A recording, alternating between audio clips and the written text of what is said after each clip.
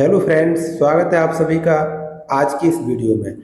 आज हम लेके आए आपके लिए साइंस के बड़े महत्वपूर्ण प्रश्न जो आपकी सभी परीक्षाओं में बार बार पूछे जाते हैं। इसमें आप देखेंगे एमसीक्यूज और न्यूमेरिकल्स।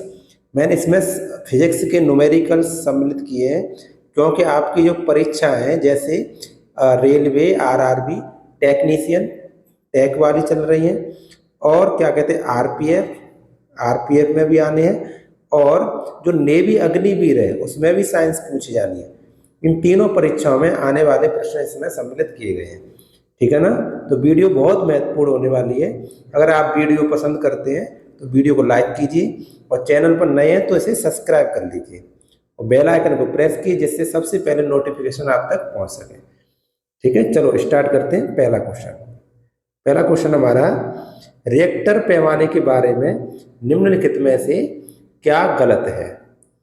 तो देखो, पहला ऑप्शन दिया 1935 में चार्ल्स विक्टर गुटेनबर्ग द्वारा विकसित किया गया था, सही है। यह लघुगणकीय पैमाना, ये भी सही है। इसे भूकंप मापी के उपयोग द्वारा नापा जाता है, ये भी ठीक है। रिएक्टर पैमाना 8 से 9 के बीच की जो तीव्रता का अर्थ है हल्का भूकंप, बस यही गलत है। 8-9 जो तीव्रता होती है वो हल्का भूकंप नहीं होता है, विनाशकारी भूकंप होता है। तो हमारा ऑप्शन नंबर कौन सा रहेगा? ऑप्शन नंबर 4 रहेगा। ठीक है, नेक्स्ट क्वेश्चन और देखो, इस पीडीएफ में मैंने आंसर भी सम्मिलित किए हैं। देखो आंसर भी लिखा है क्योंकि बच्चे कहते हैं कि जब ये पीडीएफ में डालता हूँ टेलीग्राम पे तो उन्हें आंसर नहीं मिल पाते, फिर तो आंसरों का होना बहुत जरूरी है, वो भी मैंने इसमें इंक्लूड कर दिया है। नेक्स्ट क्वेश्चन, ऑटोमोबाइल्स में यात्रा की दूरी मापने के लिए किस उपकरण का उपयोग किया जाता है? ऑटोमोबाइल समझते हैं, मोटरसाइकिल, कार, ट्रक, है ना। इनमें किससे इसकी दूरी मापी जाती है? तो हमारा ऑप्शन रहेगा इसमें ओडोमीटर से दूरी मापी जाती है। ठीक है ना। नेक्स्ट क्वेश्चन, कारों की ब्रेकिंग पैड में किस गुण का उपयोग किया जाता है? तो पहला नंबर है घर्षण शून्य प्रभाव, नहीं है। घर्षण का बल तनाव, नहीं है। घर्षण का नकारात्मक और सकारात्मक। तो देखो, कारों की ब्रेकिंग पैड में घर्षण का सकारात्मक गुण प्रयोग किया जाता है। सकारात्मक, धनात्मक, तभी तो रुकेगी। ठीक है ना। हाँ, सकारात्मक प्रभाव देखने को मिलता है। नेक्स्ट क्वेश्चन, आपको बता दूं जानकारी के लिए कि ये प्रश्न एक भी ऐसा नहीं है जो परीक्षा में ना आ जाओ। सभी प्रश्न किसी ना किसी एग्जाम में पूछा गया है, तभी मैंने इसमें सम्मिलित किया है। मैं टॉप क्वेश्चंस कराता हूं जो आपकी परीक्षा में पूछे जा सके। देखो, फोर्थ क्वेश्चन है, श्यानता की एसआई इकाई क्या है? तो श्यानता की एसआई इकाई है, आप ऑप्शन पढ़ लिया करें चारों। प्लाइज जूली, क्या है? प्लाइज जूली, ये श्यानता की एसआई इकाई है।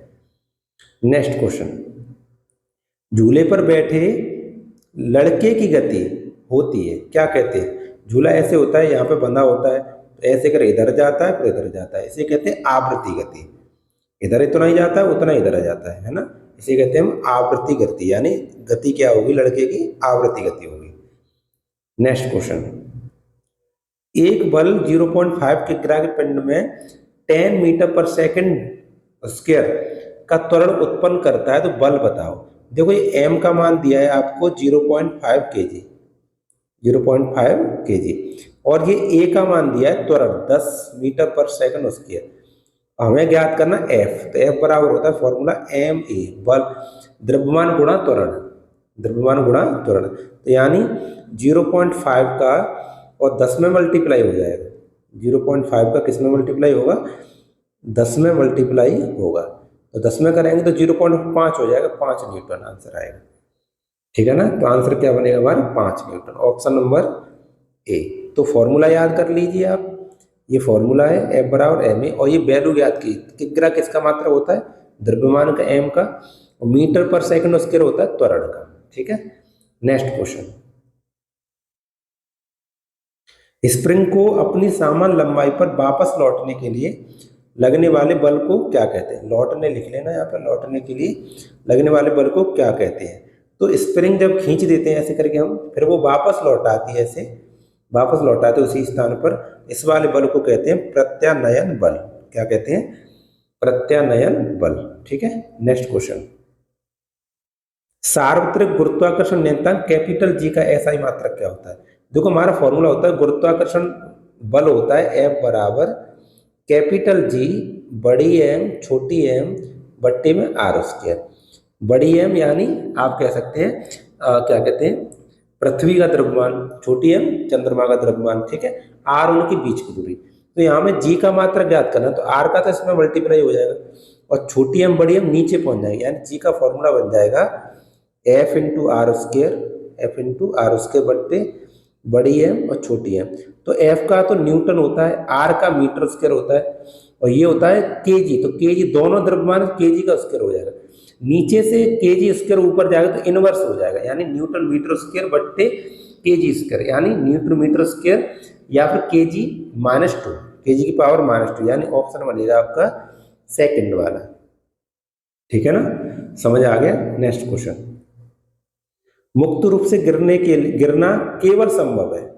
मुक्त रूप से अगर गिर रही है कोई वस्तु तो कहाँ गिरेगी, वातावरण, इसका तो आंसर देखो पास में ही लिखा है, निर्वात में गिरेगी। ठीक है, इसमें गिरेगी निर्वात में, मुक्त रूप से तो निर्वात में गिरेगी, क्योंकि वातावरण में तो धूल के कण, वायु और क्या कहते हैं जलवाष्प रहता है। ठीक है ना, नेक्स्ट क्वेश्चन, सूर्य को देखने के लिए किस यंत्र का प्रयोग किया जाता है। सूर्य को देखना है तो कौन से यंत्र से देखें, तो उसका नाम होता है हेलियोस्कोप। क्या होता है, हेलियोस्कोप। इसे आपको अच्छे से याद रखना है, कई परीक्षाओं में पूछा गया, कई, एक में नहीं कई परीक्षाओं में पूछा गया है।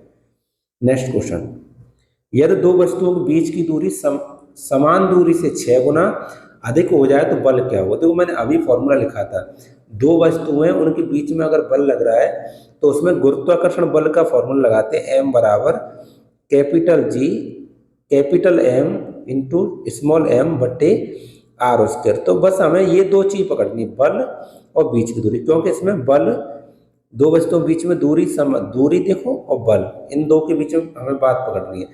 तो हमारा जो बल होता है वो इनवर्स प्रोपोर्शन होता है 1/r स्क्वायर।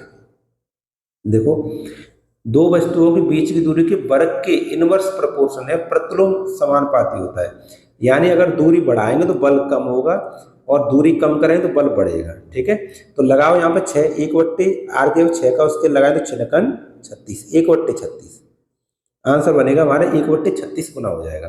तो आंसर नंबर 3 होगा 1/36 गुना। ठीक है, नेक्स्ट क्वेश्चन,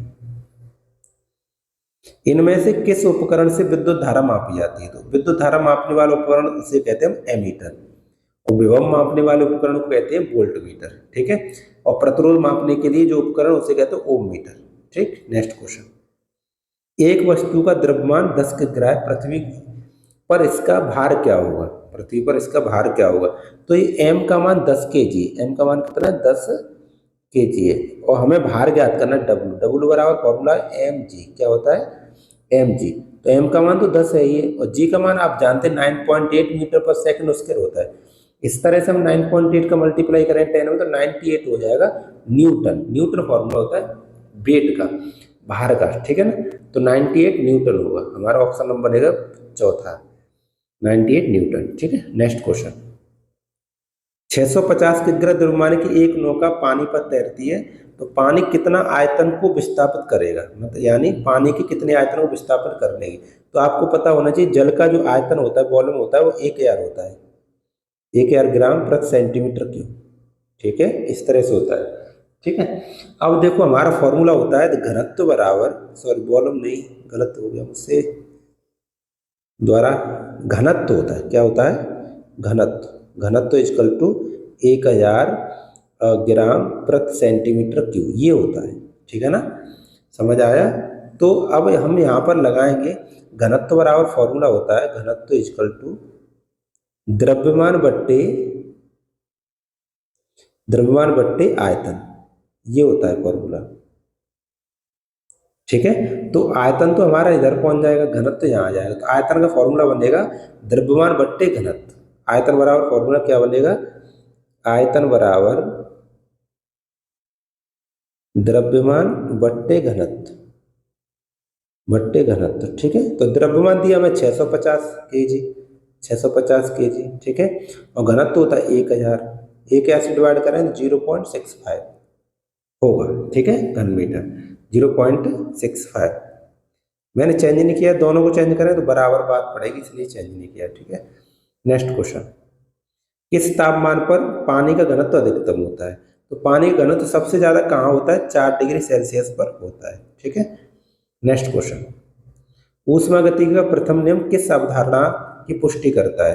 तो ऊष्मागतिकी का प्रथम नियम है वो ऊर्जा संरक्षण को दर्शाता है, ऊर्जा संरक्षण को दर्शाता है, ठीक है। नेक्स्ट क्वेश्चन, धातु की चादर गेंद, 4 गेंदों को सूर्य के प्रकाश में रखा जाए तो कौन सी गेंद सबसे अधिक गर्म होगी? तो यानी ये पूछना चाह रहा है कि कौन सी धातु है जो ज्यादा सुचालक होती है। तो पहला नंबर तो चांदी आती है अपनी, फर्स्ट नंबर पर चांदी, इसे एजी कहते हैं, है ना। उसके बाद कॉपर आता है, कॉपर यानी क्या कहते हैं? सीयू, ठीक है। उसके बाद एल्यूमिनियम आता है, एल्यूमिनियम एल आता है, ठीक है। तो देखो इसमें या तो चांदी, चांदी तो है नहीं, तांबा है, तो दूसरा ऑप्शन सही होगा, ठीक है। एल्यूमिनियम तीसरे नंबर पर आता है, ठीक। नेक्स्ट क्वेश्चन, -40 डिग्री सेल्सियस बराबर है कितने फ़ारेनहाइट के? तो मैं आपको बताऊं, -40 डिग्री सेल्सियस, -40 डिग्री सेल्सियस और -40 डिग्री फ़ारेनहाइट बराबर वैल्यू होती है, यानी सेल्सियस और फ़ारेनहाइट दोनों पैमाने -40 पर दोनों बराबर होते हैं। अगर ये पूछा जाए तो कितने डिग्री पर दोनों पैमाने बराबर होते हैं, तो -40 आंसर होगा इसका, ठीक है। नेक्स्ट क्वेश्चन, यदि किसी ध्वनि तरंग की आवृत्ति 50 हर्ट्ज है तो इसका आवर्तकाल क्या होगा? आवर्तकाल T बराबर फॉर्मूला होता है 1/n। तो लगाओ 1/n की वैल्यू 50, यही n की वैल्यू है आवर्ती, आवर्ती को n से या न्यू से प्रदर्शित करते हैं। 50 का भाग करें तो भाग तो जा नहीं रहा है, तो पहले पॉइंट लगाना पड़ेगा, पॉइंट लगाए तो 10 हो जाएगा, फिर भी नहीं जा रहा है तो फिर भाग की बिंदी लगाएंगे, फिर एक को लगाए तो 50 दूनी 100, 2 बार चलाएं, 0.02 सेकेंड, हमारा ऑप्शन बनेगा सेकंड वाला, 0.02 सेकेंड, ठीक है। नेक्स्ट क्वेश्चन, एक गोली दर्पण के परावर्तक पृष्ठ के मध्य एक बिंदु होता है जिसे क्या कहते हैं? ये हमारा गोली दर्पण है ना। कोई सा दर्पण अवतल बना ले, उत्तर बना ले, ये परावर्तक पृष्ठ है, इसका परावर्तक पृष्ठ, इसके मध्य में जो पॉइंट होता है P कहते हैं इसे, इसका नाम होता है ध्रुव। क्या होता है? ध्रुव होता है, ठीक है। नेक्स्ट क्वेश्चन, उत्तर दर्पण की फोकस लंबाई कैसी होती है? शून्य, धनात्मक, ऋणात्मक, कैसी होती है? पहले तो आपको उत्तर दर्पण बताऊं, उत्तर दर्पण ऐसे बनता है, अंदर की ओर इसमें क्या कहते हैं, पॉलिश की जाती है, इस तरह से होता है। इसकी फोकस दूरी इधर इधर होती है, यहाँ पर इसका फोकस होता है, तो फोकस दूरी यही हुई है ना। तो देखो यहाँ से क्या कहते हैं, P से सीधे हाथ की ओर, सीधे हाथ की ओर सभी वैल्यू धनात्मक होती है, तो हमारा आंसर क्या होगा? धनात्मक। क्या होगा? धनात्मक। अगर यही अवतल दर्पण होता तो ऋणात्मक होता, क्योंकि उसमें उल्टे हाथ की ओर होती है, ठीक है। नेक्स्ट क्वेश्चन, इनमें से क्या एक विद्युत रोधी नहीं है? विद्युत रोधी यानी जिसमें विद्युत धारा बहे ना, तो कागज में तो नहीं बहती है, सही है ये तो आंसर हमारा।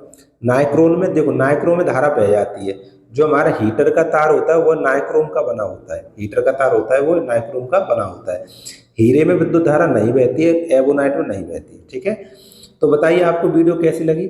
अगर वीडियो पसंद आती है तो वीडियो को लाइक कीजिए और शेयर कीजिए, और चैनल पर नए हैं तो उसे सब्सक्राइब भी कीजिए। वीडियो को देखने के लिए आप सभी का तहे दिल से धन्यवाद, बहुत बहुत धन्यवाद।